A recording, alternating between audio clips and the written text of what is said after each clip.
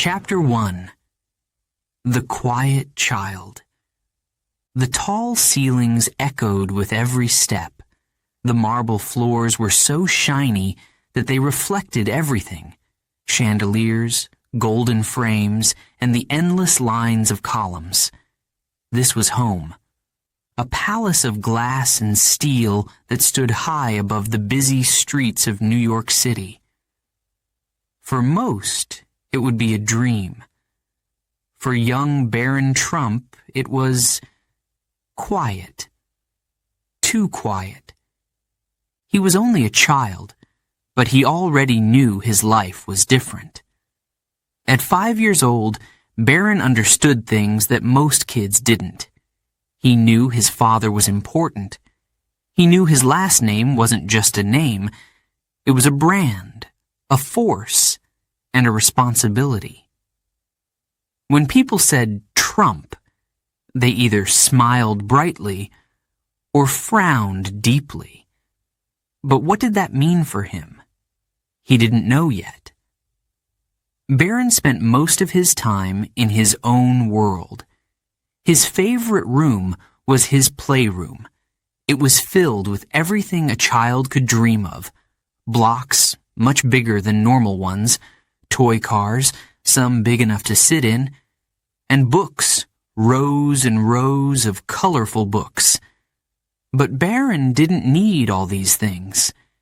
He was happy sitting by the large windows, watching the city below. Cars looked like ants. People looked like dots. The world below was noisy, busy, and alive. But up here, it was silent. Too silent. "Why don't you play with the other kids?" his mother, Melania, would ask softly. She always spoke softly to him. Her accent made her voice sound like a gentle song. She was his favorite person in the world. She understood him. "I don't want to," Barron would reply, looking at his shoes. Melania would smile a little, but there was sadness in her eyes. She wanted him to be happy. She wanted him to laugh and run like other children. But how could she give him that when the world outside wasn't safe? When every camera wanted a picture of him? When every stranger seemed to have an opinion about him? Barron's father, Donald Trump, was the opposite. Where Melania was quiet, Donald was loud. His voice filled every room he entered. He would call Barron his little guy and pat his head, but Barron sometimes felt small, too small, in his father's presence. Donald was a giant in every way. He was always on the phone, on TV, or giving instructions to someone. "Barron will be the best, the smartest, the strongest," Donald would say proudly to anyone who listened. "He's a Trump, after all." Barron liked hearing that, but it also made him nervous. Was he supposed to be the best at everything? What if he wasn't? School was the hardest part of all. Barron didn't go to a normal school. His classes were private, with only a few other children. His teachers were kind, but the other kids looked at him differently. Sometimes they whispered about him. "His dad owns the whole building," one boy had said once. "That's not true," a girl replied. "He owns the whole city." They weren't exactly wrong. Barron wanted to tell them he was just a normal kid. But he wasn't sure if that was true anymore. At home, things weren't much easier. Even though the Trump penthouse was filled with luxury, it felt lonely. Donald was busy with work. His older siblings were grown up and had their own lives. Melania tried her best to be there for him, but Barron often found himself alone.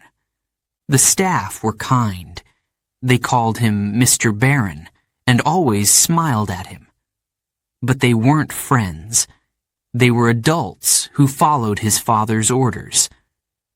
Sometimes, when the house was too quiet, Barron would sit in the hallway and listen to their footsteps. It was the only sound that reminded him he wasn't completely alone. But Barron wasn't unhappy all the time. He loved drawing. He could spend hours with his sketchbook, creating castles, dragons, and rockets. His favorite drawing was of a spaceship flying over New York City. In the drawing, the spaceship wasn't just big, it was massive. It covered the whole city, its lights shining down on the people below. "It's me," Barron told his mother one day, pointing to the spaceship. "I'm watching everyone, but they can't see me." Melania's smile faded for a moment.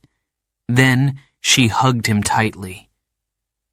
"You can be anything you want, my love," she whispered. But could he? Barron wasn't sure. His father wanted him to be strong, bold, and loud. But Barron liked being quiet. He liked staying in the background where no one could find him. His mother said he could choose his own path. But how could he? His last name would always follow him. People would always compare him to his father. One night, Barron couldn't sleep. He walked out of his room and down the long hallway.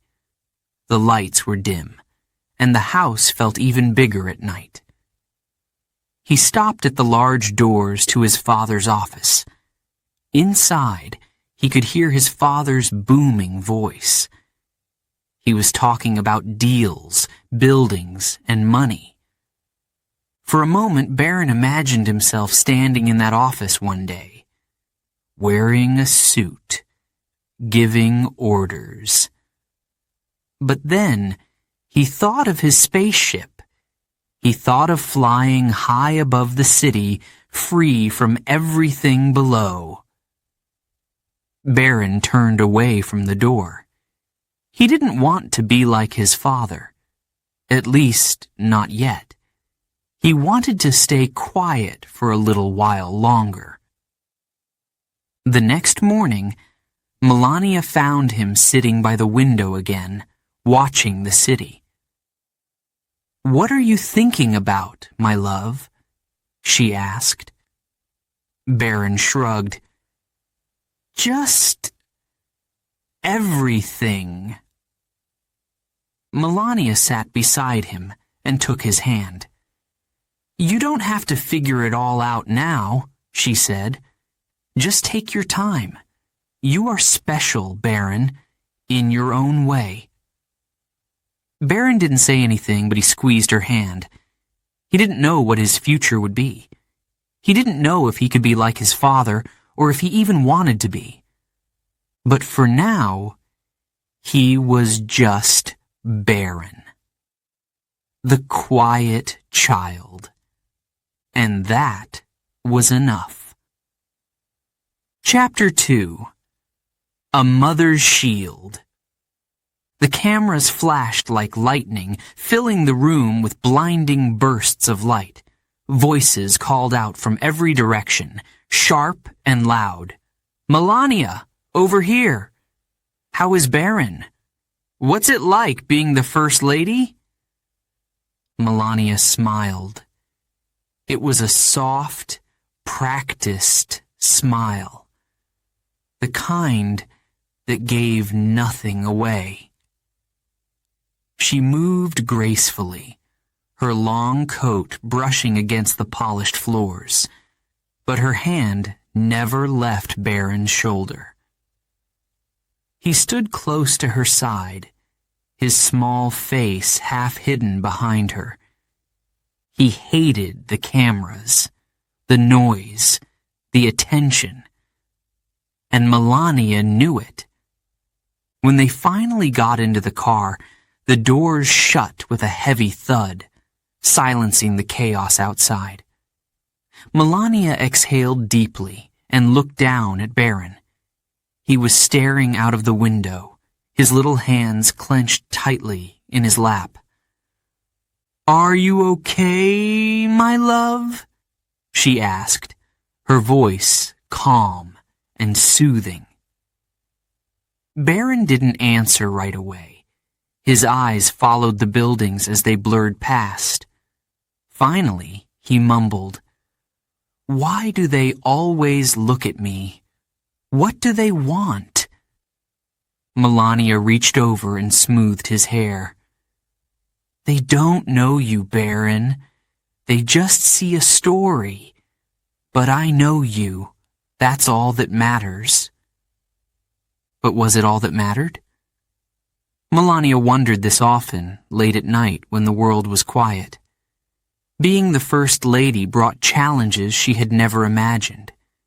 Every move she made was judged. Every word she spoke was analyzed. But none of that mattered as much as Barron. He was her heart, her purpose. She had tried to shield him from the spotlight. She had fought to keep his life as normal as possible. But how could she, when his last name was Trump? One afternoon, the whispers started again. A cruel article about Barron had appeared online. It claimed he was strange, that he wasn't like other children. Melania read the words slowly, her hands trembling with anger. She could handle people judging her. She could even handle people judging her husband. But Barron? No, that was too far. She marched into Donald's office, the article clutched in her hand. "Have you seen this?" she demanded, her voice sharper than usual. Donald glanced up from his desk, raising an eyebrow. "What is it now?"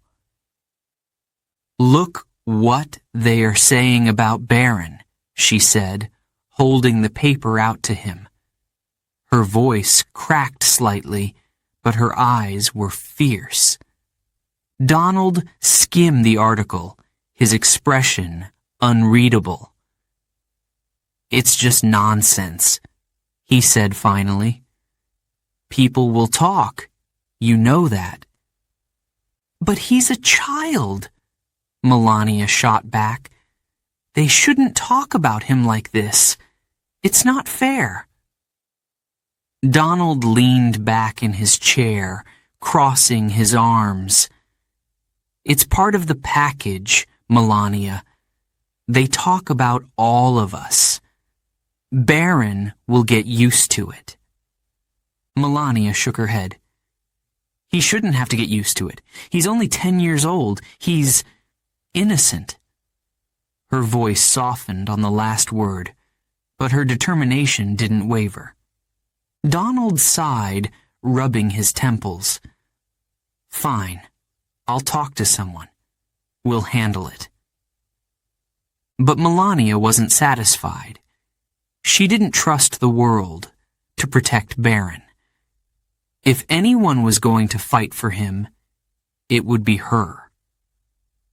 That evening, she found Barron sitting on the carpet in his room, drawing. His sketchbook was open, and he was carefully coloring in a picture of a castle. It was surrounded by high walls and guarded by knights with shields. Melania sat down beside him, watching quietly.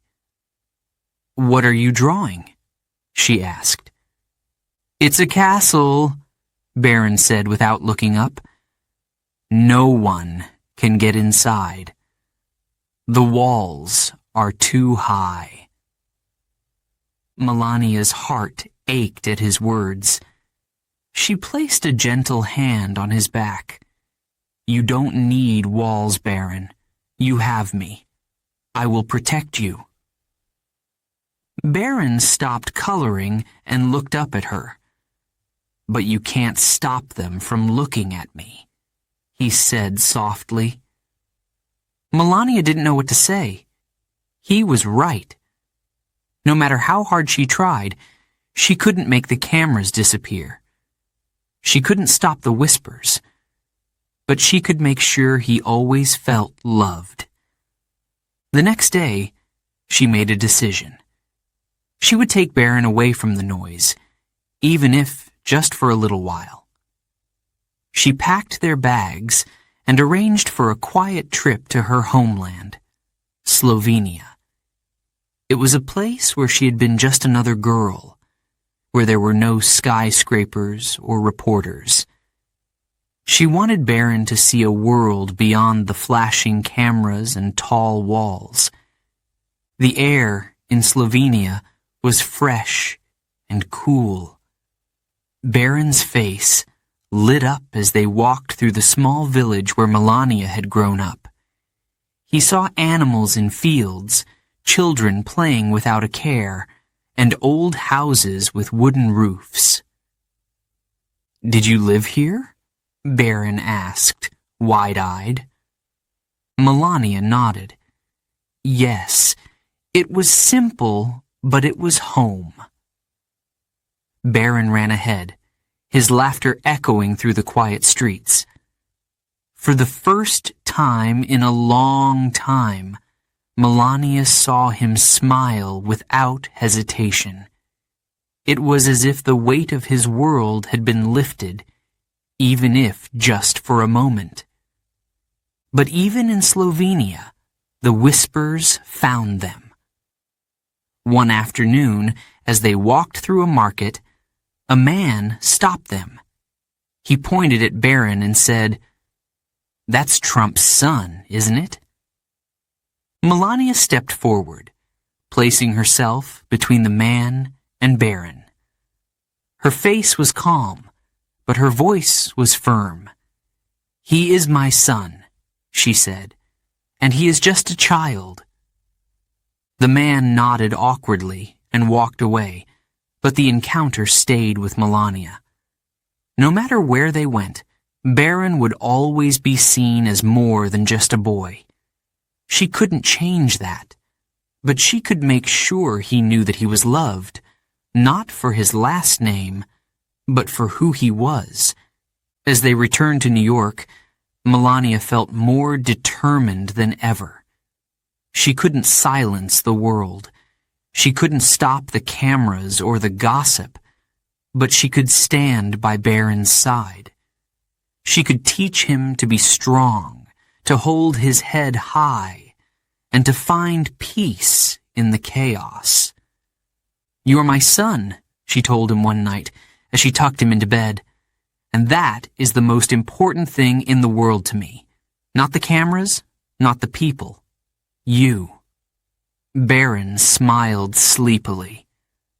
"I know, Mama," he said. And for Melania, that was enough. Chapter 3. The White House Shadows. The car pulled up slowly. The tall gates of the White House opened, and Barron stared out of the window. The mansion looked even bigger than he remembered. Its white walls shone in the sunlight. The flags waved in the wind. Secret Service agents stood everywhere, watching everything. Barron's heart pounded. He was about to live here. This wasn't just a house. It was history. Presidents had walked these halls. Important decisions had been made in its rooms. And now, it was going to be his home. But it didn't feel like home. Inside, the White House was even more intimidating. The ceilings were high, and the walls were lined with old paintings of serious-looking men. The air smelled like polished wood and flowers. The floors were so clean that Barron could see his reflection. "This is it," his father said, his voice booming as usual. "The greatest house in the world. What do you think, Barron?" Barron shrugged, avoiding his father's eyes. "It's big," he said quietly. Donald laughed. "Big? It's huge. You'll love it, son." But Barron wasn't so sure. His mother walked beside him, holding his hand. "Don't worry, my love," she whispered. "We will make it comfortable for you." They walked through room after room. Each one was grander than the last. There was the blue room with its shiny gold furniture, the Lincoln bedroom with its old creaky bed, and the Oval Office where his father would spend most of his time. Barron didn't say much. He couldn't stop thinking about how quiet the house felt. It wasn't the same kind of quiet as their home in New York. This quiet felt heavy, like the house was waiting for something. That night, Barron couldn't sleep. His new bedroom was huge, with a 4-poster bed and thick curtains that blocked out the moonlight. But it didn't feel cozy. He missed his old room. He missed the familiar sounds of the city outside his window. He climbed out of bed and opened the door. The hallway was dark, and his footsteps echoed as he walked. The house felt alive in a strange way. The wooden floors creaked. The old walls seemed to sigh. Barron turned a corner and stopped. A portrait of Abraham Lincoln stared down at him. The eyes in the painting seemed to follow him, no matter where he stood. Barron shivered and hurried back to his room. The next morning, breakfast was served in the state dining room. The long table stretched on and on, covered with fancy plates and silverware. Barron sat at one end while his father sat at the other. It felt like they were miles apart. "So, how are you liking it so far?" Donald asked between bites of toast. Barron hesitated. "It's okay," he said. "Okay?" his father repeated, raising an eyebrow. "Barron, this is the White House. You're part of history now. Isn't that exciting?" Barron didn't answer. He glanced at his mother, who gave him a reassuring smile. But even her smile couldn't make him feel better. He wasn't excited. He felt small, too small for a place like this. At school, things were no easier. Barron was now attending a private school near the White House. The other kids treated him differently. Some were overly nice, trying too hard to be his friend. Others stared at him, whispering behind his back. "He's the president's son," one boy said into another. "I bet he has Secret Service agents in his classroom." Barron tried to ignore them, but the words stung. He just wanted to be normal. But how could he, when even his classmates saw him as something else? One afternoon, Barron overheard 2 staff members talking in the hallway. They didn't notice him standing nearby. "Poor kid," one of them said. "Must be tough, living under such a spotlight." "Yeah," the other replied. But he's a trump. He'll be fine. They're used to the attention. Barron felt a lump in his throat. I'm not used to it, he thought. I'm just a kid. The days turned into weeks, and Barron began to explore the White House more. He discovered hidden staircases, quiet libraries, and old, dusty rooms that no one seemed to use anymore. His favorite place was the garden. It was the only spot where he felt like he could breathe. One afternoon, while walking through the garden, he found his mother sitting on a bench. She was looking at the flowers, lost in thought. "Do you like it here?" Barron asked, sitting beside her.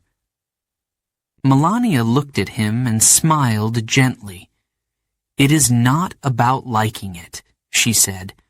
"It is about what we must do." Barron frowned. "But I didn't ask to be here. I don't want everyone looking at me all the time." Melania placed a hand on his knee. "I know, my love. It is not easy, but we must be strong. You must be strong. One day you will understand." That night, Barron lay awake in bed, staring at the ceiling.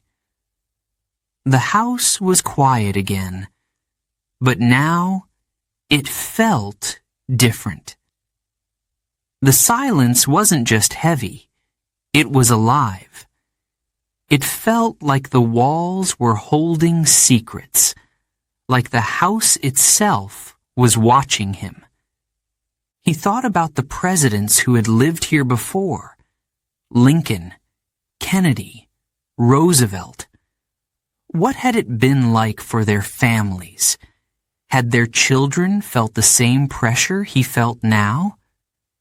Did they also feel like they were living in the shadows of something much bigger than themselves? The next morning, Barron made a decision. If this was his life now, he would face it. He didn't know how, but he would try. When he walked into the dining room, he greeted his father first. "Good morning," he said clearly. Donald looked up from his newspaper and smiled. "That's my boy," he said, giving Barron a thumbs up. Barron smiled back, but inside he still felt unsure. He wasn't sure if he could ever feel at home in the White House, but for now he would take it one day at a time. And so Barron began to find his way in the shadow of the White House. It wasn't easy, and it wasn't always happy, but he was learning. Slowly but surely, he was learning. Chapter 4. Invisible Chains. Barron watched from the window. The park across the street was filled with kids.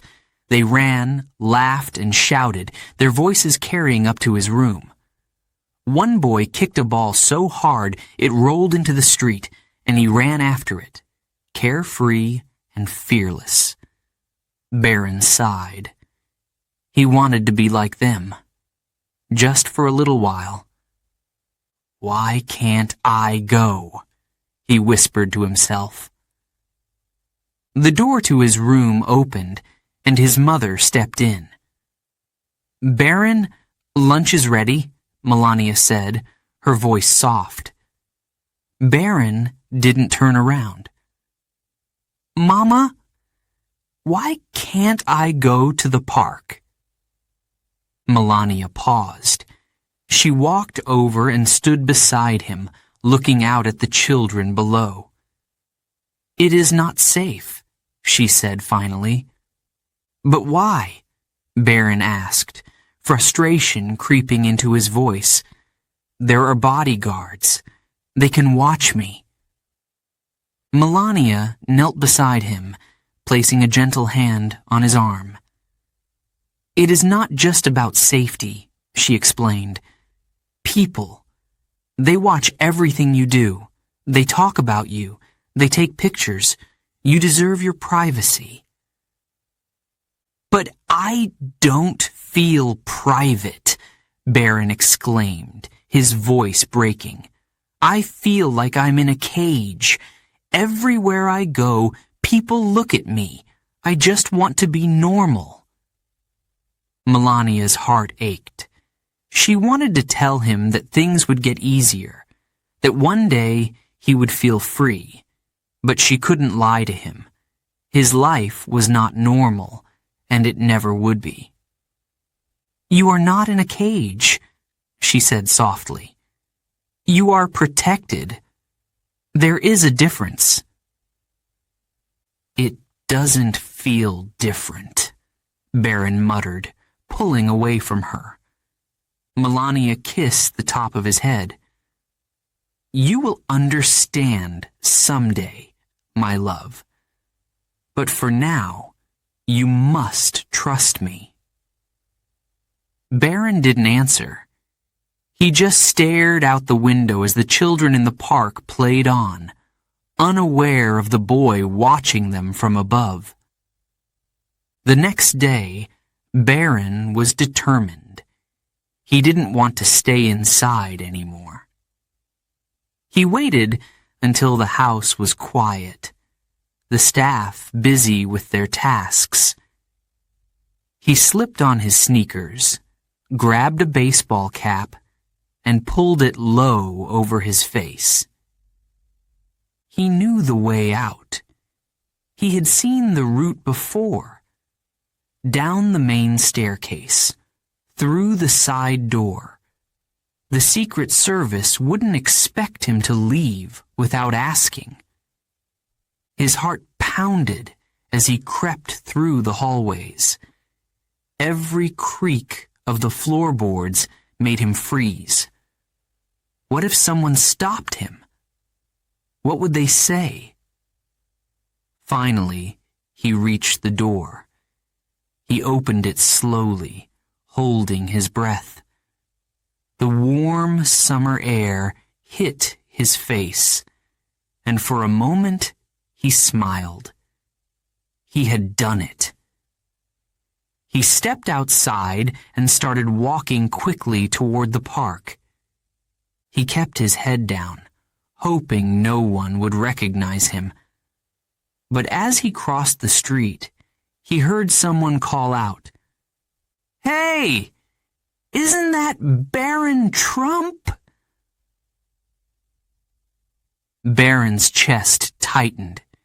He didn't turn around. He started walking faster, his hands shaking.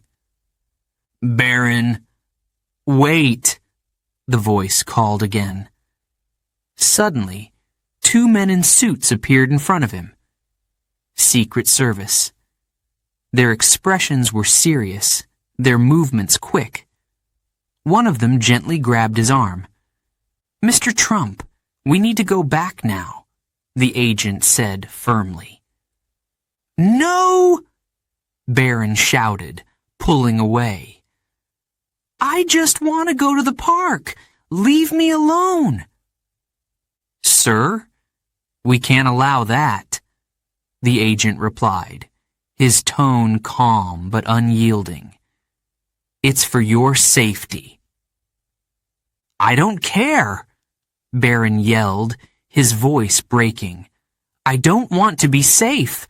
I just want to be normal." The agents didn't let go. They guided Barron back toward the White House, ignoring the people who had gathered to watch. Some had their phones out, taking pictures and videos. Barron felt his face burn with embarrassment. He could hear the whispers around him. Poor kid. Why does he have so many bodyguards? I can't imagine growing up like that. When they reached the White House, Melania was waiting for him at the door. Her face was pale, her eyes wide with worry. As soon as she saw him, she pulled him into her arms. "Barron, what were you thinking?" she cried, holding him tightly. Barron didn't answer. He felt tears sting his eyes, but he blinked them away. Melania knelt in front of him, gripping his shoulders. "Do you understand how dangerous that was?" she said, her voice trembling. "Anything could have happened to you." "But nothing happened," Barron shouted back, his voice cracking. "I just wanted to play like other kids. Why is that so bad?" "It's not bad," Melania said, her tone softening. "But you are not like other kids, Barron. You have to be careful. You have to be protected." "I don't want to be protected," Barron yelled. "I just want to be free." Melania's heart broke at his words. She pulled him into another hug, holding him close. "I know, my love," she whispered. "I know it's hard, but I promise I am doing this for you, to keep you safe." Barron didn't hug her back. He felt trapped, frustrated, and tired of the rules that seemed to control his life. That night, Barron sat on the edge of his bed, staring at the floor. He thought about the kids in the park, the way they ran and played without a care in the world. He thought about the cameras, the bodyguards, and the whispers that followed him everywhere. He felt like a bird in a gilded cage. The cage was beautiful, yes, but it was still a cage. Melania came into his room and sat beside him. She didn't say anything at first. She just sat there, her presence calming. "Barron," she said finally, her voice soft. "I know you feel trapped, but you are strong. You can handle this." "I don't want to handle it," Barron said quietly. "I just want to be normal." Melania placed a hand on his back. "You are normal. You are my son, and that is all that matters." Barron didn't reply. He didn't believe her, not yet. But deep down, a small part of him hoped she was right. Chapter 5. The Son of Power. The name Trump was everywhere. Barron couldn't escape it. It was on the news every day, in bold letters on tall buildings, and in the voices of strangers who whispered as he walked by. It was a name that made people stop and stare. Sometimes they smiled, sometimes they frowned, but they always noticed. For Barron, it wasn't just a name. It was a shadow, one that followed him wherever he went. One morning, Barron sat in the kitchen, eating his cereal. The TV was on, as usual, and the news anchor was talking about his father. "President Trump faces criticism for his latest decision," the voice said. Barron sighed. His father's name echoed through the room, filling the silence. Even here, in the safety of their home, the world outside felt so close. "Do they always talk about him?" Barron asked his mother, who was pouring herself a cup of tea. Melania looked at him, her face calm but thoughtful. "Yes, my love," she said. "He is the president. people care about what he does. But they don't even know him, Barron said, frowning. Not really. Melania sat down beside him. That is true, but they think they do. When someone is powerful, everyone has an opinion about them. Later that day, Barron went to his private tutor. He usually liked studying. It gave him something to focus on. But today, he couldn't concentrate. His mind kept wandering. The tutor noticed and asked him, "Is something wrong, Barron?" Barron hesitated, then shook his head. "No, I'm fine." But he wasn't fine. He felt heavy, like he was carrying something he couldn't explain. That evening, his father came home late, as usual. Donald walked into the dining room, his phone in one hand and a folder in the other. He barely looked up as he greeted Barron. "How's my little guy?" he asked, patting Barron on the shoulder. "I'm fine," Barron replied quietly. Donald didn't seem to notice Barron's mood. He was already talking about his day, about meetings, decisions, and deals. "Everyone's watching us, son," Donald said with a grin. "It's amazing. They can't stop talking about the Trump name." Barron stayed silent. His father's excitement didn't make him feel proud. It made him feel small. That night, Barron lay awake in bed, staring at the ceiling. His father's words echoed in his mind.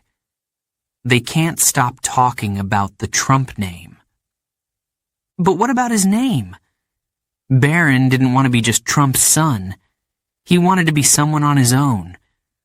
But how could he when the world only saw him as part of his father's story? The next day, Barron had soccer practice. He loved playing soccer. It was one of the only times he felt free. When he was on the field, he didn't have to think about his last name or the cameras. He could just run, kick, and play. But even here, the shadow followed him. "Hey, Trump!" one of the boys shouted as Barron scored a goal. "Nice shot, man!" Barron frowned. He didn't like being called Trump. He wanted to say, "I have a first name, you know." But he didn't. He kept playing, pretending it didn't bother him. After practice, a group of kids gathered around him. One of them asked, "So, what's it like living in the White House?" Another added, "Do you ever talk to world leaders?" Barron tried to answer their questions, but they kept coming. "Do you get to fly in Air Force One? Is your dad really as rich as they say? What's he like at home?" Barron felt overwhelmed. "I don't know," he said, finally, his voice sharp. "I don't think about it." The kids looked surprised. They didn't mean to upset him. But Barron walked away, his heart heavy again. At dinner that night, Barron finally spoke up. "Dad," he said, looking across the table, "why does everyone care so much about our name?" Donald put down his fork, clearly surprised. "What do you mean?" "Everyone keeps talking about you. About us," Barron said.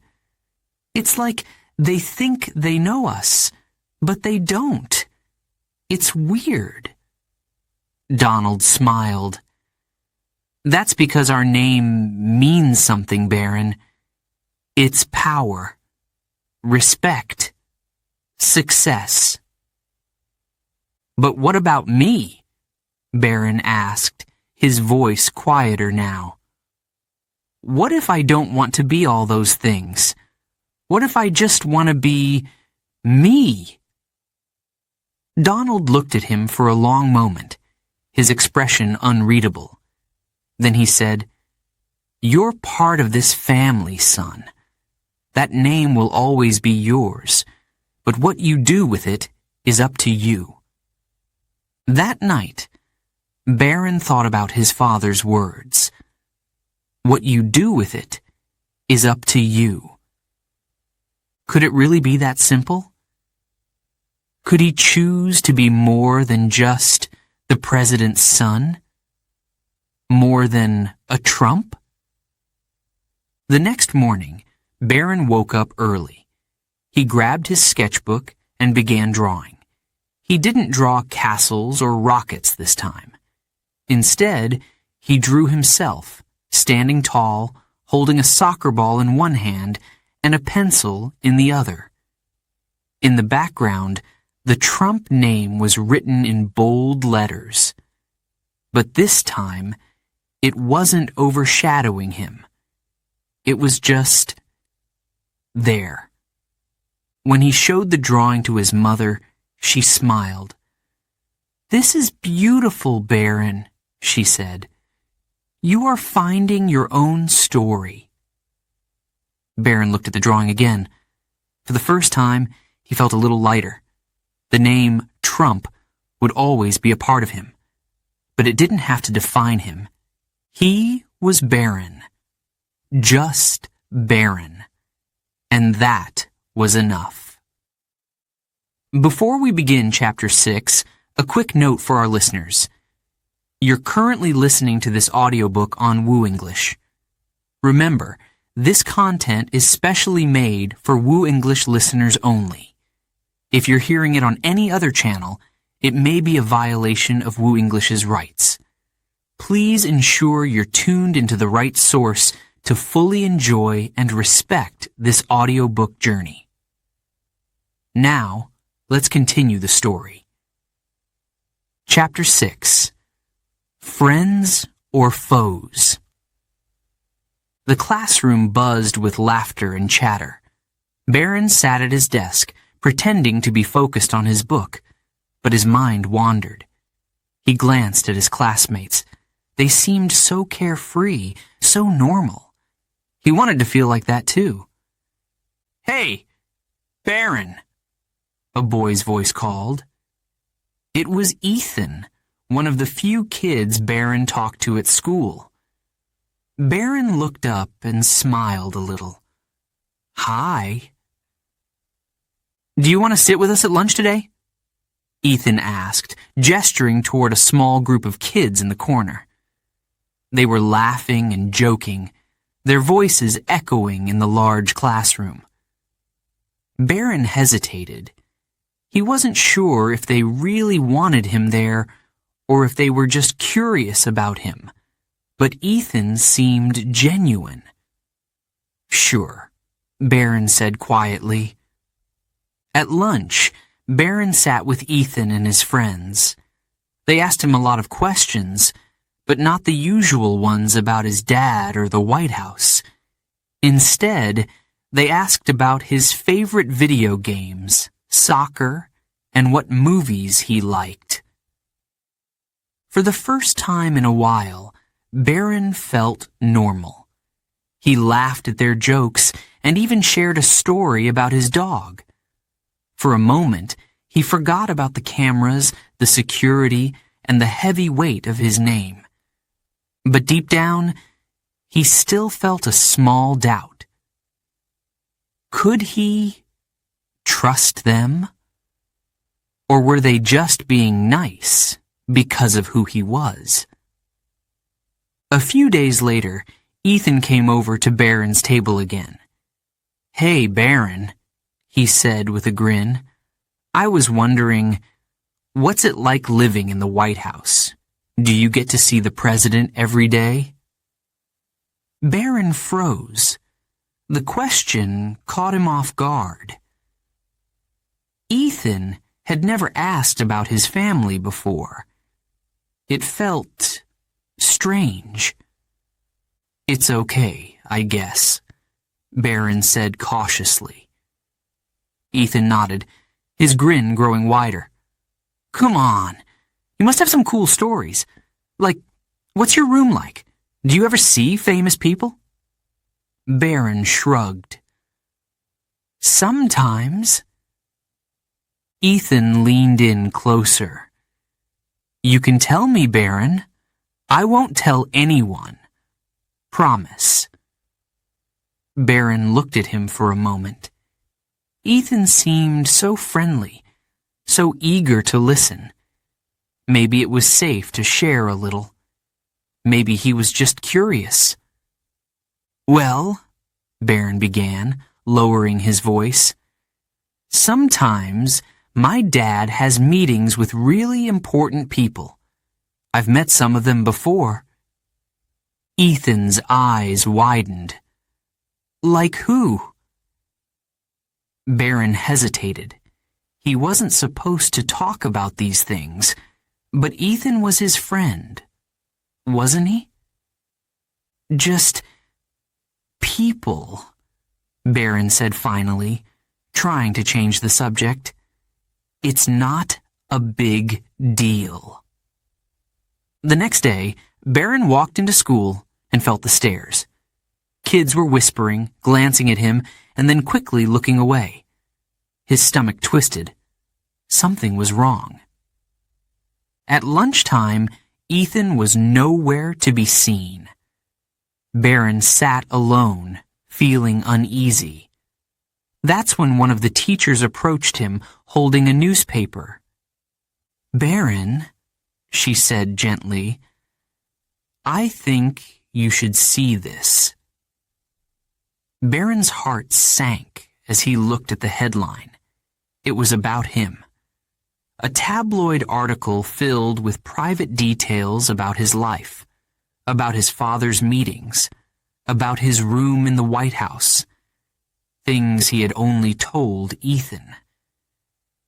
His hands trembled as he put the paper down. Ethan had betrayed him. He had shared Barron's secrets with the press, for money, or attention, or both. When Barron saw Ethan in the hallway later, he confronted him. "Why did you do it?" Barron asked, his voice shaking with anger. Ethan tried to smile, but it looked forced. "It's not a big deal, Barron. People were curious, and they paid me a lot." Barron's chest tightened. "You promised you wouldn't tell anyone." Ethan shrugged. "It's just stuff, Barron. It's not like I said anything bad about you." "But it wasn't your story to tell," Barron snapped. His voice echoed down the hallway, and a few kids stopped to stare. Ethan looked uncomfortable. "Look, I didn't think you'd care that much. You're used to this kind of stuff, right? People talking about you?"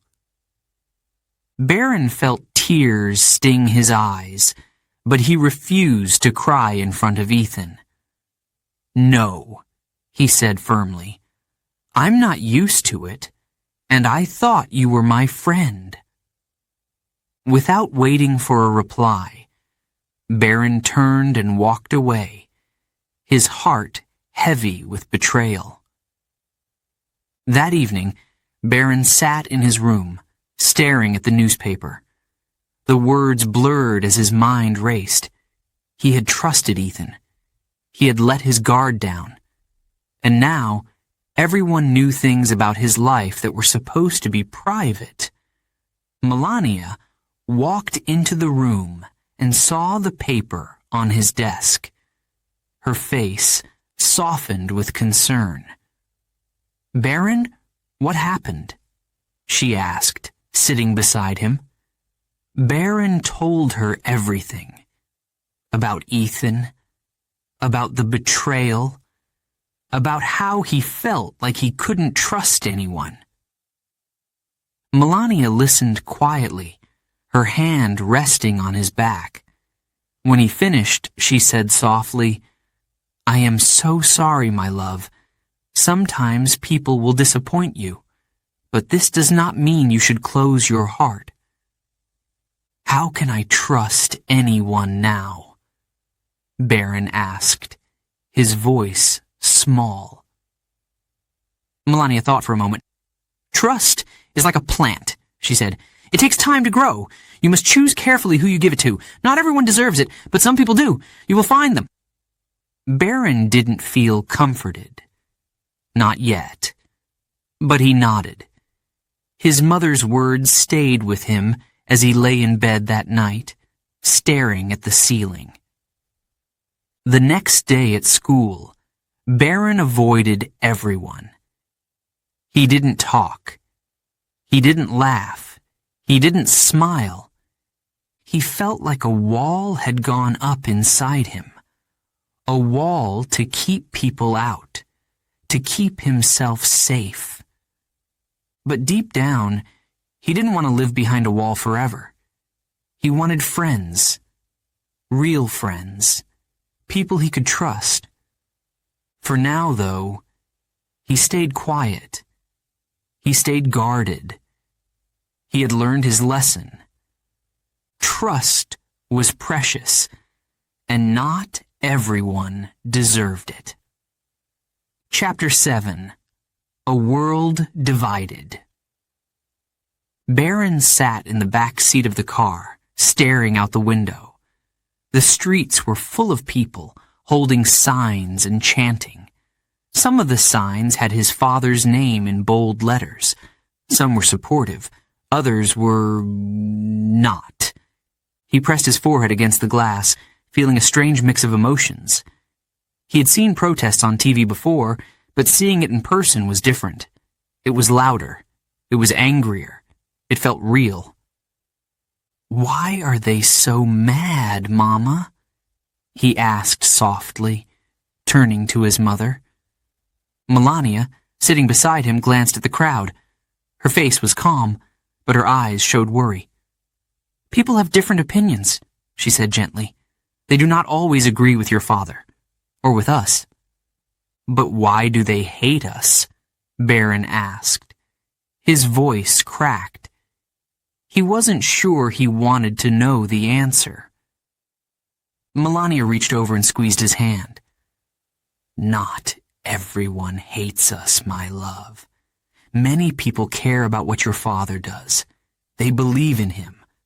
But being in this family means we will always have people who disagree." Barron nodded, but the words didn't make him feel any better. He leaned back in his seat, trying to ignore the shouting outside. It was hard not to take it personally. He was just a kid. Why did these people care about him or his family so much? As they pulled into the White House gates, the noise faded, replaced by the quiet hum of security. Barron stepped out of the car, his heart still heavy. The protest might have been outside, but it felt like it followed him inside. The next day at school, Barron felt the weight of the world more than ever. The whispers started as soon as he walked into the classroom. "Did you see the news?" one boy whispered to another. "There was a huge protest outside the White House yesterday." "Yeah," the other boy replied. "My parents said it's because of something Barron's dad did." Barron clenched his fists. He tried to ignore them, but the words stuck in his mind. They were talking about his family like they were a headline, like they weren't real people.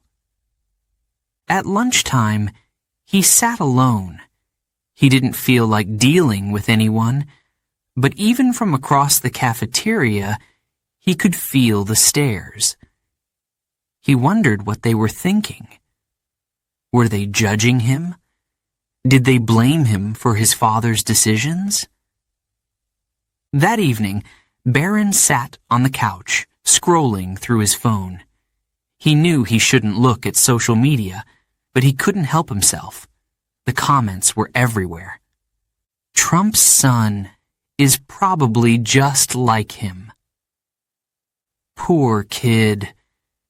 He didn't choose this life. He's rich. What does he have to complain about?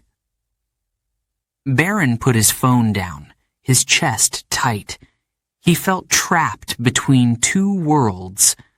On one side, people expected him to be just like his father, confident, bold, and powerful. On the other side, people assumed he was spoiled and didn't understand how hard life could be. But no one really saw him. The real him. Later that night, Barron found his mother in the kitchen. She was sitting at the counter, a cup of tea in her hands. She looked up when he walked in and smiled softly. "What's wrong, Barron?" she asked. She always seemed to know when something was bothering him. Barron sat down across from her. "Why does everyone think they know me?" he asked, his voice small. "They don't know what I'm like. They don't know what it's like to be me." Melania reached across the table and took his hand to his hand. "You are right," she said. "They do not know you, but you cannot let their opinions change who you are." "It's hard, Mama," Barron said. "Everywhere I go, people talk about me, or Dad, or us. It's like I can't just be Barron. I'm always Trump's son." Melania nodded, her face thoughtful. "It is not fair," she admitted. "But you must remember, you are more than your last name. You are strong, kind, smart, and you are my son." Barron felt a lump in his throat. He wanted to believe her, but it was hard. The world seemed so divided. He didn't know where he fit in. The next day at school, Barron faced another challenge. During history class, the teacher started a discussion about the presidency. One of the students raised their hand and said, "I think the president is doing a terrible job. My parents say he only cares about himself." Barron froze.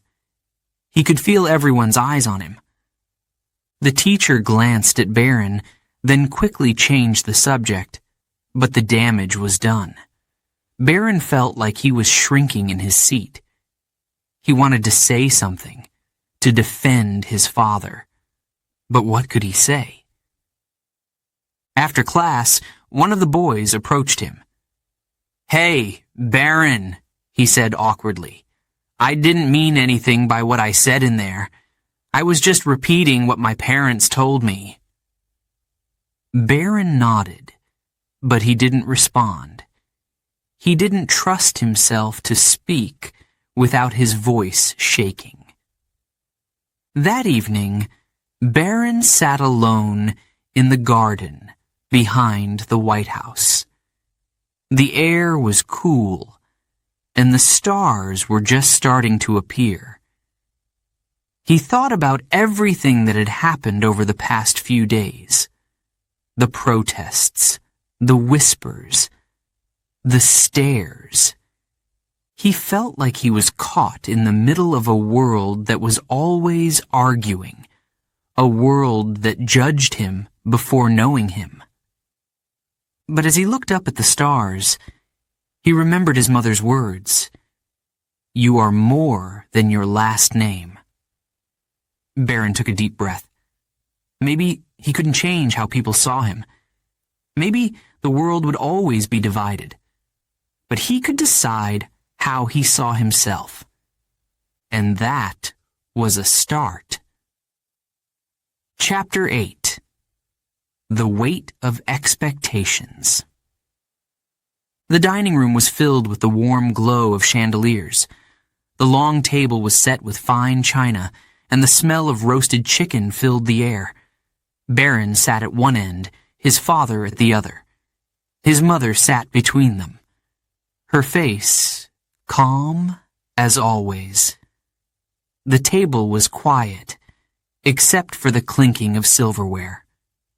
Barron picked at his food, barely touching it. His mind was elsewhere.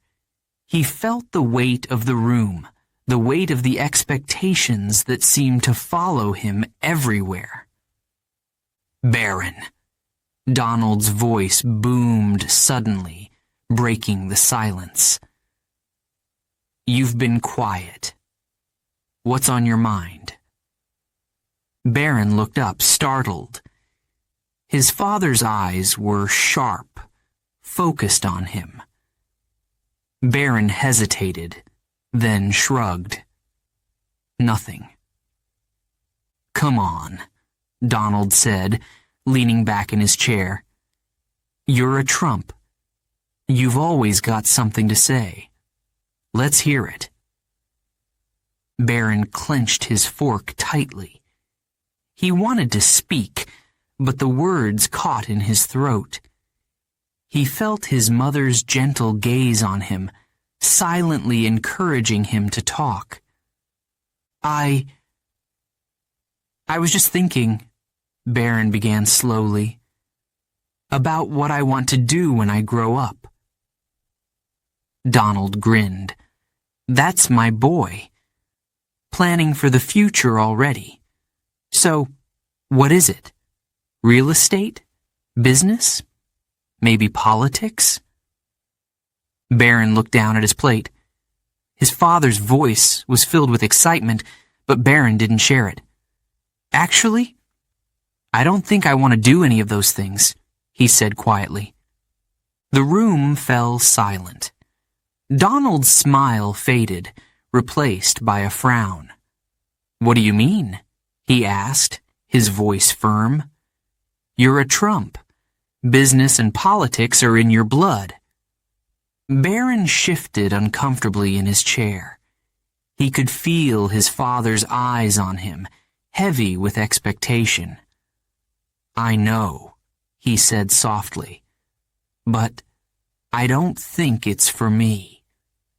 "What do you mean it's not for you?" Donald asked, his tone growing sharper. "You've got everything you need to succeed. You've got the name, the resources, the connections.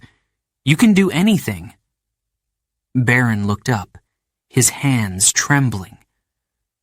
"But I don't want to be known just because of my name," he said, his voice breaking. "I want to do something that's mine, something I care about." Melania placed a gentle hand on Barron's shoulder. "It's okay, Barron," she said softly. "Tell us what you mean." Barron took a deep breath. "I like soccer," he said. "I want to play professionally, or maybe study art. I love drawing. I want to do something that makes me happy." Donald's expression hardened. "Soccer? Art? Barron, those are hobbies, not careers. You're part of this family. You have responsibilities." Barron felt a lump in his throat. "Why can't I decide what I want to do?" he asked, his voice rising. "Why does it have to be what you want?" The tension in the room was thick. Donald leaned forward, his voice low and firm. Because you're a trump, he said. The world is watching you.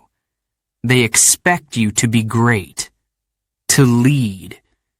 You can't just walk away from that.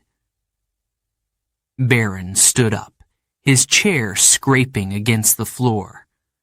I didn't ask for this, he shouted. I didn't ask to be a trump or to have the world watching me. I just want to be me. Donald opened his mouth to respond, but Melania raised a hand, stopping him. She turned to Barron, her eyes filled with understanding. Barron, she said gently, sit down. Let's talk about this. Barron hesitated, then slowly sat back down. His hands were clenched into fists, his heart racing. Melania looked at Donald, then back at Barron. Your father is right about one thing, she said carefully. The world does have expectations for you, but you also have the right to choose your own path. You are young. You have time to figure it out. Barron felt a small flicker of hope. Really? He asked, his voice quiet. Yes, Melania said firmly. But, she added, glancing at Donald, you must also understand that being in this family comes with challenges. Whatever you choose, people will always have opinions about it. Donald sighed, his expression softening slightly. Look, Barron, he said, his tone less sharp, I just want what's best for you. I know how hard the world can be. I don't want you to waste your potential. Barron met his father's gaze. I know, Dad, he said, but I need to figure out what my potential is, not just follow what everyone expects.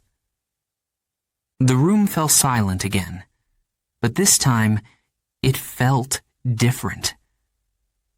The tension was still there, but so was a sense of understanding. Barron had spoken his truth, and for the first time, his father seemed to really hear him. I'll think about it, Donald said finally, his voice gruff. But don't think this means you can slack off. Whatever you decide to do, you'll need to work hard. Understand? Barron nodded, a small smile tugging at the corners of his mouth. I understand. That night, Barron sat in his room, sketching in his notebook. He felt lighter, like a weight had been lifted off his shoulders. For the first time, he felt like his dreams were within reach. They wouldn't be easy to achieve, but they were his. He glanced out the window at the city lights. The world outside was still big and overwhelming, but it didn't feel as heavy anymore. Barron was starting to see a future that belonged to him, not just to his name. And that was a good start. Chapter 9. Between Two Worlds. The plane descended slowly, and Barron looked out of the window. The landscape below was different from anything he had ever seen. Rolling green hills, small villages with red roofs, and narrow roads winding through forests. This is Slovenia? He asked his mother, his voice filled with curiosity. Yes, Melania replied with a soft smile. This is where I grew up. It is not like New York or Washington, but it is home. Barron nodded, pressing his forehead to the glass. He had seen pictures of Slovenia before, but being here felt different. It was quiet, peaceful, simple. He liked it already. When they arrived at the small village where his mother had grown up, Barron couldn't stop staring. The houses were small and cozy, with flower boxes under the windows. People waved as they passed, their faces kind and warm. "It's so different," Barron said. "Everyone's so friendly." Melania laughed softly. "Yes, my love. Life here is slower. People take time to know each other. There is no rush." Barron followed his mother through the village, listening as she spoke to the locals in her native language. They smiled at him, some patting his shoulder or saying something he didn't understand. He smiled back, feeling a strange sense of calm. They stayed in a small house that belonged to Melania's sister. It wasn't fancy, but it was cozy. Barron's room had a wooden bed, a small desk, and a window that overlooked the hills. At night, he could hear crickets chirping and the soft rustle of leaves. "This is so different from the White House," Barron said one evening as he sat by the window. Melania joined him, looking out at the darkened hills. "Yes," she said softly, "but sometimes a simple life is the happiest life." Barron thought about her words. He loved the quiet of Slovenia. He loved the way people treated him like a normal boy, not the son of a president.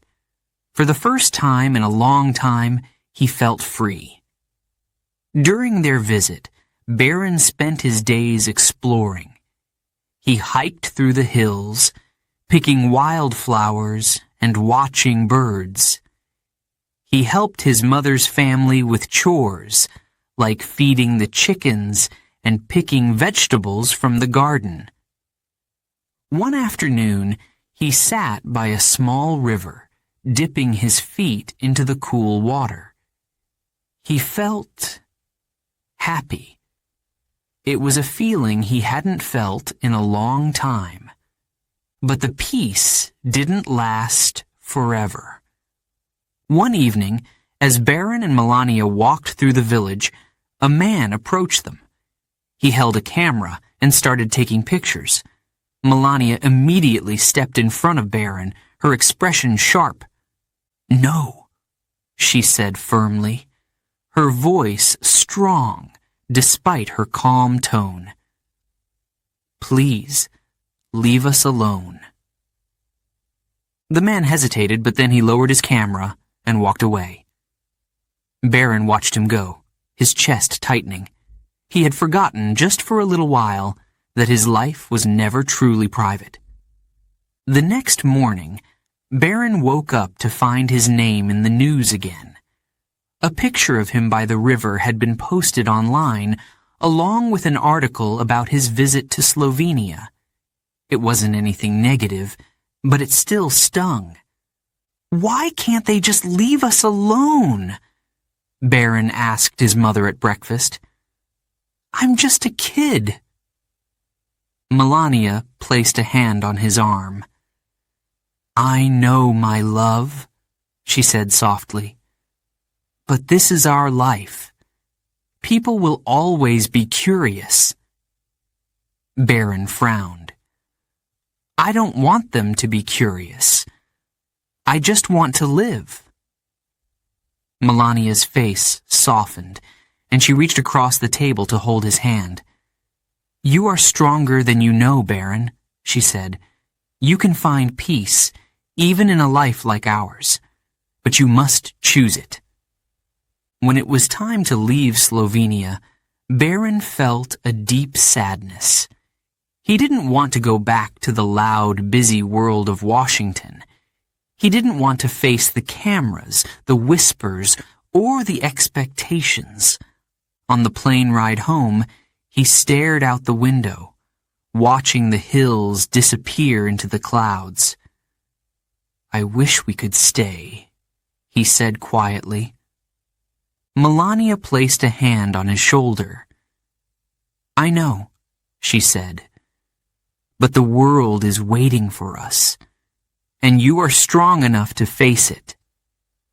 Back in Washington, the noise of the city hit him like a wave. The crowds, the cameras, the constant hum of activity. It was overwhelming. Barron returned to his routine, but something felt different. He couldn't stop thinking about Slovenia, about the peace he had felt there, about the boy he had been in that small village, free, happy, and unburdened.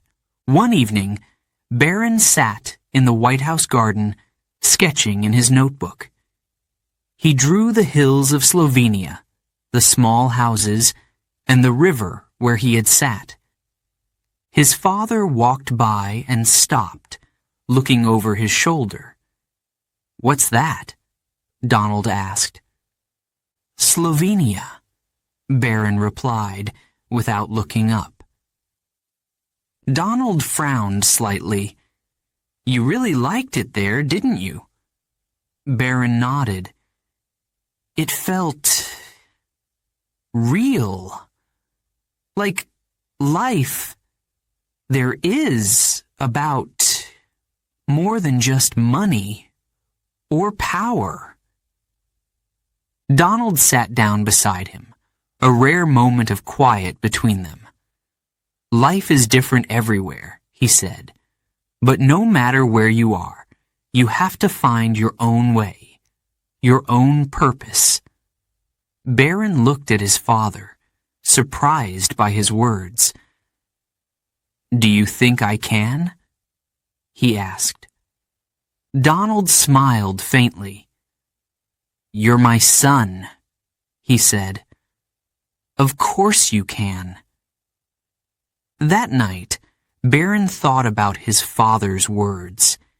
He realized that he didn't have to choose between two worlds. He could carry the peace of Slovenia with him, even in the chaos of his life. He could be strong like his father and calm like his mother. He could find his own way. And for the first time, he believed it. Chapter 10.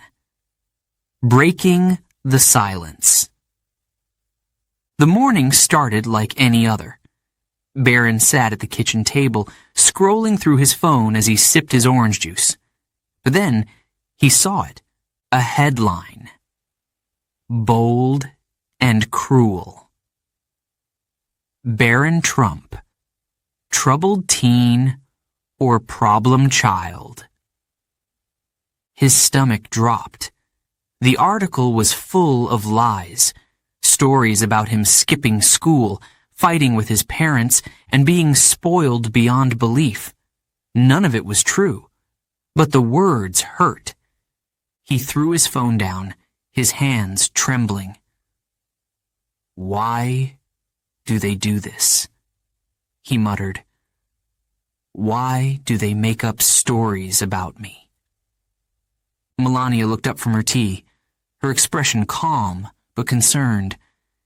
"It is what people do when they do not know the truth," she said, "but you must not let it get to you." "It's not fair," Barron said, his voice rising. "I don't even talk to the press. How can they write these things when they've never even met me?" Melania walked over and placed a hand on his shoulder.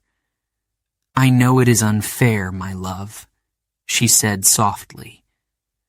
"But staying quiet is sometimes the best way."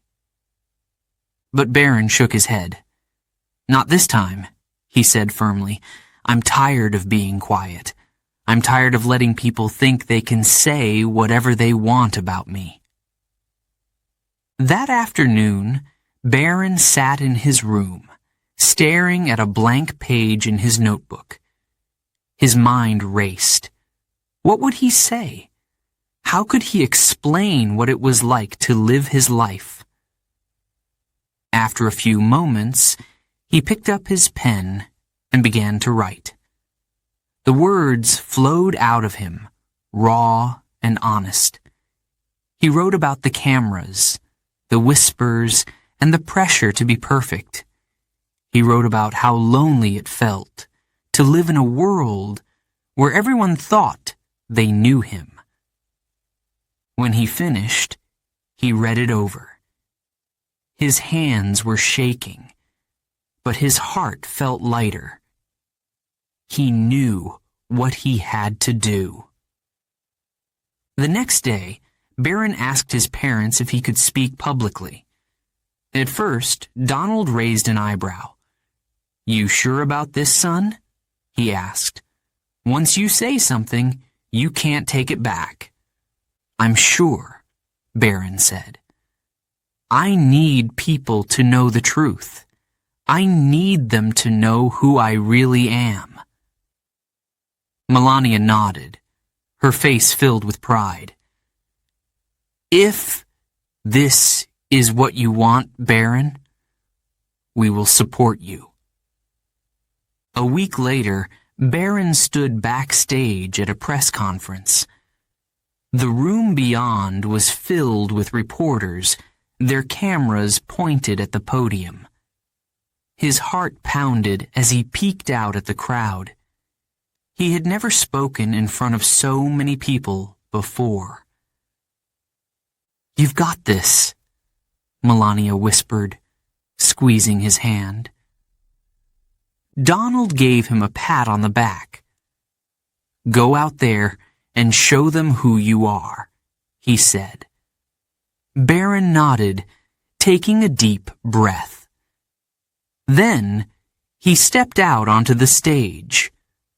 The cameras flashed as Barron approached the microphone. He gripped the edges of the podium, his palms sweaty. For a moment, he couldn't speak. The room was so quiet, he could hear his own heartbeat. Then he looked up and saw his mother, standing in the wings. Her eyes were filled with encouragement. He thought of her strength, and it gave him courage. "My name is Barron Trump," he began, his voice steady but soft. "For years, I've stayed silent. I've let people say things about me, things that aren't true. I thought it was easier that way, but today I want to speak for myself." The room was silent, every eye on him. "I am not just the president's son," Barron continued. "I am a person. I have feelings. I have dreams. And I am more than the stories people write about me." He paused, his hands gripping the podium tighter. It's hard to grow up when the world is watching your every move. It's hard to be a kid when people expect you to be perfect. And it's even harder when people think they know you, but they don't. Barron's voice wavered, but he kept going. "I've been called spoiled. I've been called troubled. I've been called things that hurt, things that aren't true.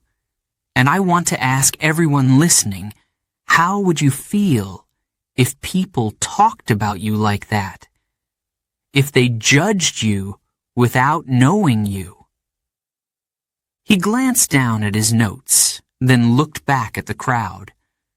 "I'm just a teenager. I like soccer. I like drawing. I love my family. And I'm doing my best to figure out who I am, just like any other kid." The room remained quiet, but Barron could see the reporters leaning forward, hanging on his every word. "I'm not here to blame anyone," he said. "I know I come from a family that people have strong opinions about. But I want to remind everyone, behind every headline, there is a person, Behind every picture, there is a story you don't know. He took a deep breath, his voice growing stronger. I hope that after today, people will think twice before they believe everything they read. And I hope they will remember that even people in the spotlight deserve kindness. When he finished, the room erupted into applause. Barron stepped back from the microphone, his chest heaving. He had done it. He had spoken his truth. His mother met him as he walked off stage, wrapping him in a tight hug. "I am so proud of you," she whispered. Donald clapped him on the back, his face filled with pride. "You were great out there, son," he said. "You showed them who you really are." That night, Barron sat in his room, scrolling through the news. Articles about his speech were everywhere, but this time they were different. They called him brave. They praised his honesty.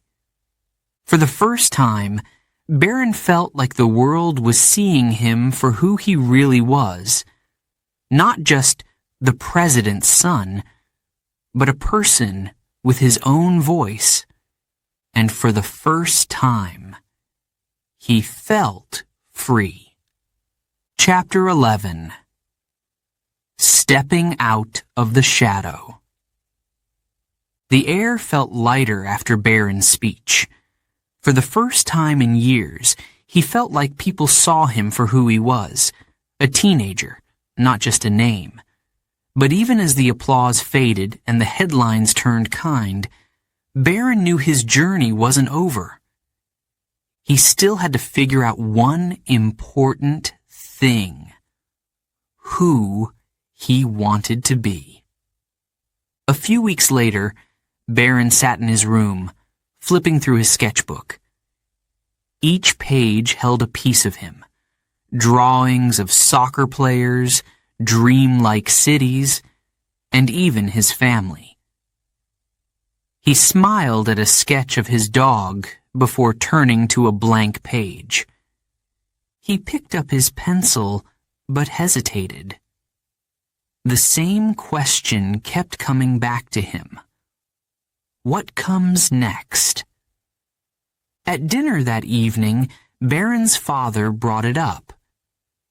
"So, Barron," Donald said, cutting into his steak, "now that you've had your big moment, what's your plan?" Barron looked up from his plate, caught off guard. "My plan?" Donald nodded. "You've shown the world who you are, but people are going to want to know more. What are you going to do with this attention?" Barron glanced at his mother. Melania gave him a small, encouraging smile. "It's okay, Barron," she said. "Take your time to think." But Donald leaned forward. "You can't take too long," he said firmly. "You've got momentum now. You need to use it." Barron felt his chest tighten.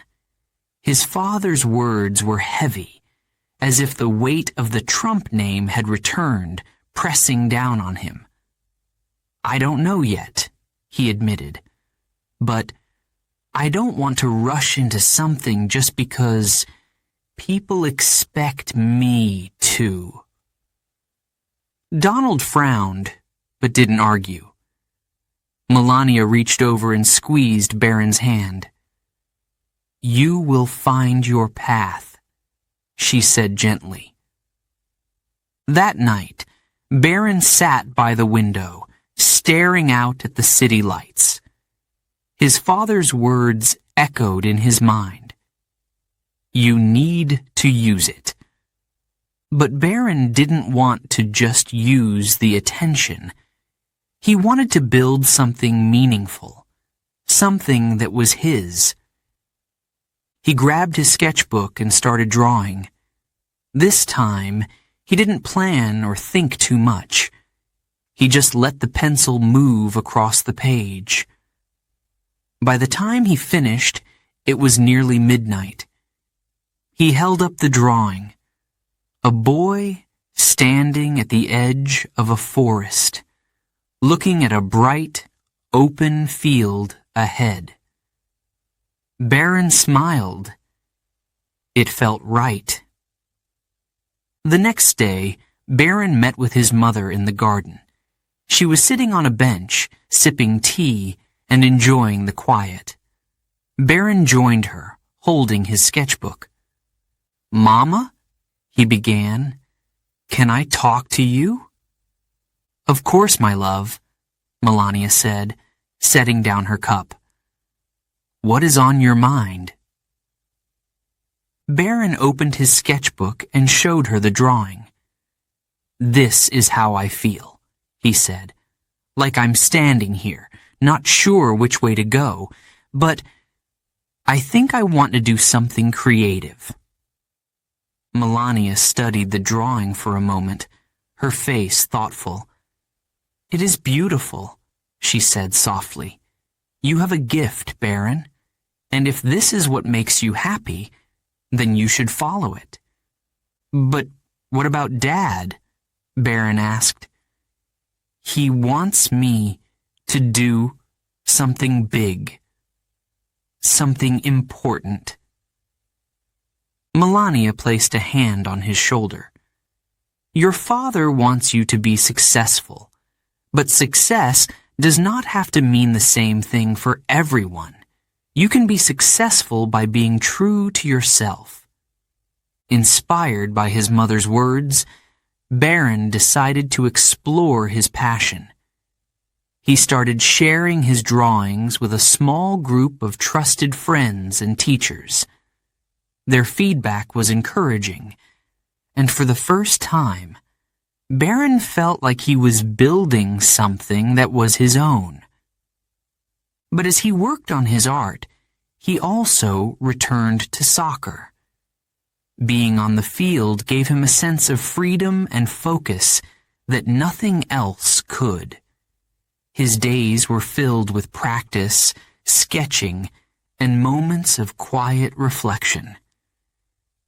It wasn't always easy, but it felt right. One day, during soccer practice, Barron's coach pulled him aside. "Barron, I've noticed something," he said, his tone serious. Barron felt his stomach drop. "What is it?" "You've got talent," the coach said. "Real talent. Have you ever thought about taking soccer to the next level?" Barron blinked, surprised. "You mean, like, playing professionally?"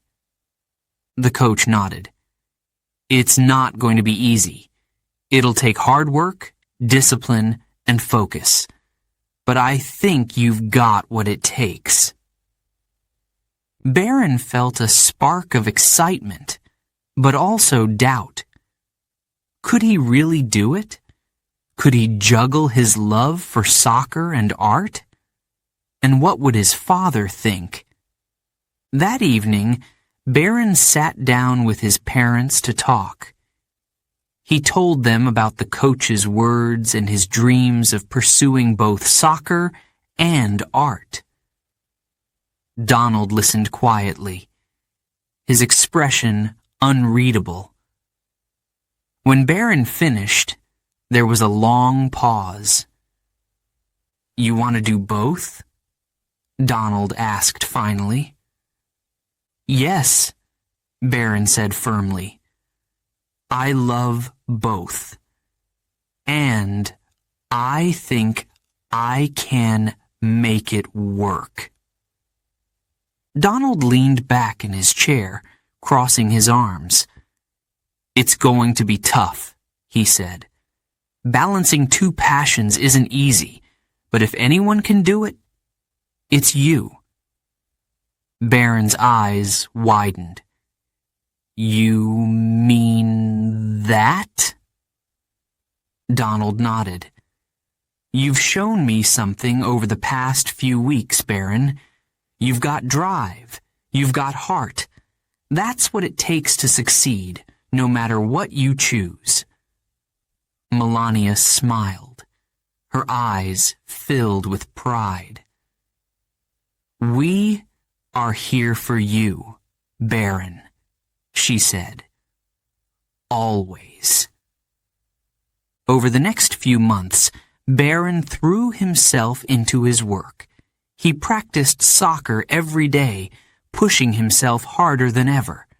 He also started sharing his art online, gaining a small but loyal following.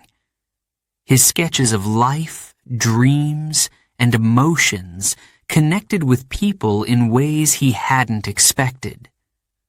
The world began to see him not just as Trump's son, but as Barron, a young man finding his place in the world. One evening, as Barron sat in his room, scrolling through the comments on his latest artwork, he saw a message that stood out. "Thank you for sharing this. It reminds me that it's okay to be myself." Barron smiled, his heart full. For the first time, he felt like he was stepping out of his father's shadow and into his own light. Chapter 12. Becoming Barron. The stadium lights shone brightly, casting long shadows across the soccer field. Barron stood on the sideline, the cool evening breeze brushing against his face. He could hear the murmur of the crowd, the distant sound of cheers and clapping. His heart raced, not with fear, but with excitement. This was his moment. Months of hard work had led to this. Balancing soccer and art had been one of the biggest challenges of his life. Early mornings on the field, late nights at his desk, pencil in hand. There were days when he wanted to give up, when the weight of it all felt too heavy. But he didn't. He kept going. And now, he was here, about to play in his first major match. The referee blew the whistle, signaling the start of the game. Barron jogged onto the field, his teammates shouting encouragement. He felt a wave of energy as the ball moved quickly across the grass. He had played hundreds of games before, but this one felt different. The stakes were higher, the crowd was louder, and for the first time, people weren't just watching him because of his name. They were watching him because of his talent. As the game went on, Barron found his rhythm. He passed the ball with precision, dodged defenders, and chased it down the field with determination. Every move felt natural, like he was doing exactly what he was meant to do. Then came the moment. A teammate passed the ball to him, and Barron saw the opportunity. The goal was clear. The defenders were closing in. He took a deep breath, focused, and kicked with all his strength.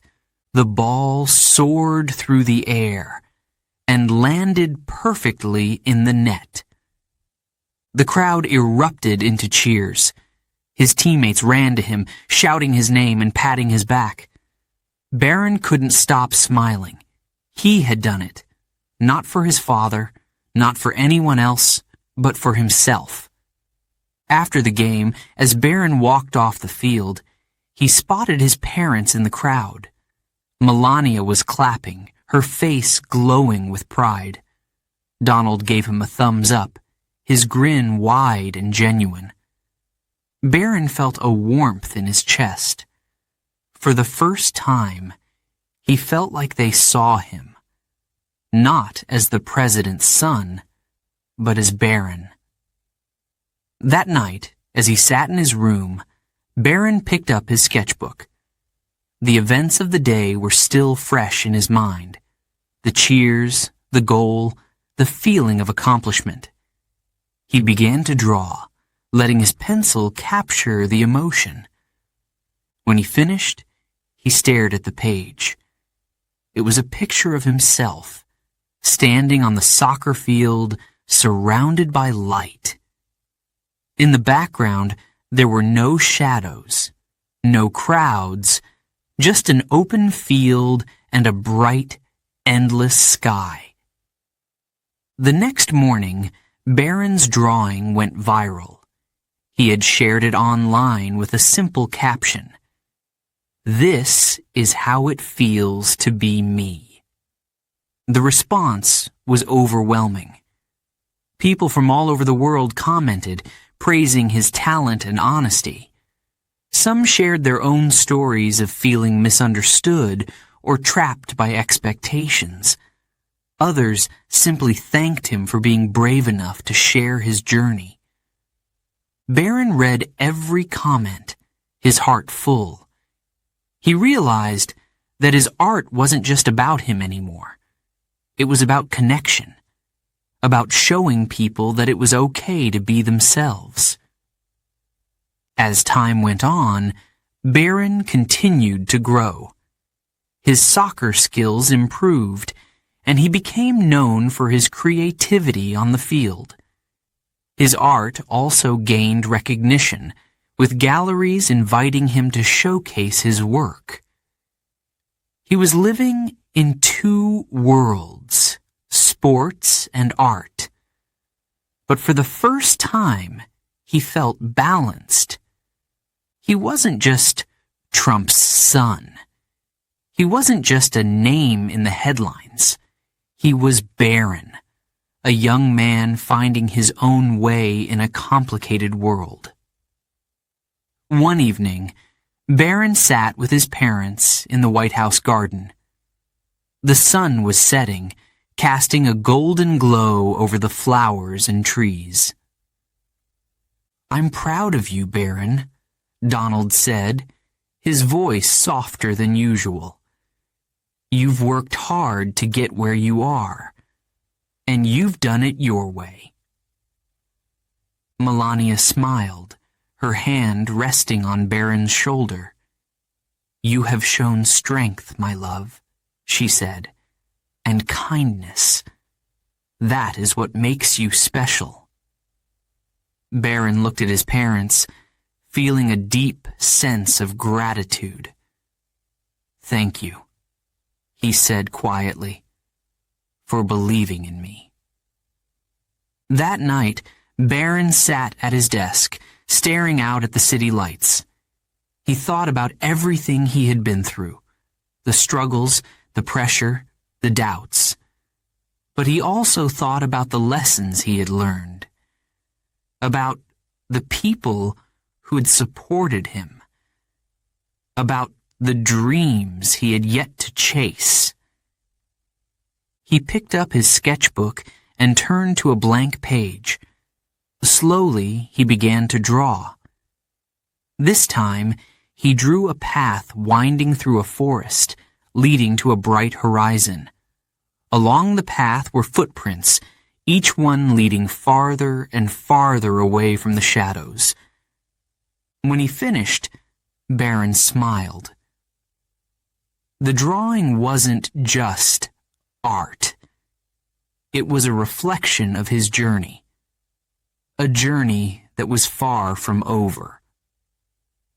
As he closed the sketchbook, Barron felt a sense of peace. He didn't have all the answers, and he knew there would be more challenges ahead. But for the first time, he felt ready to face them. He wasn't just living in someone else's shadow anymore. He was stepping into his own light.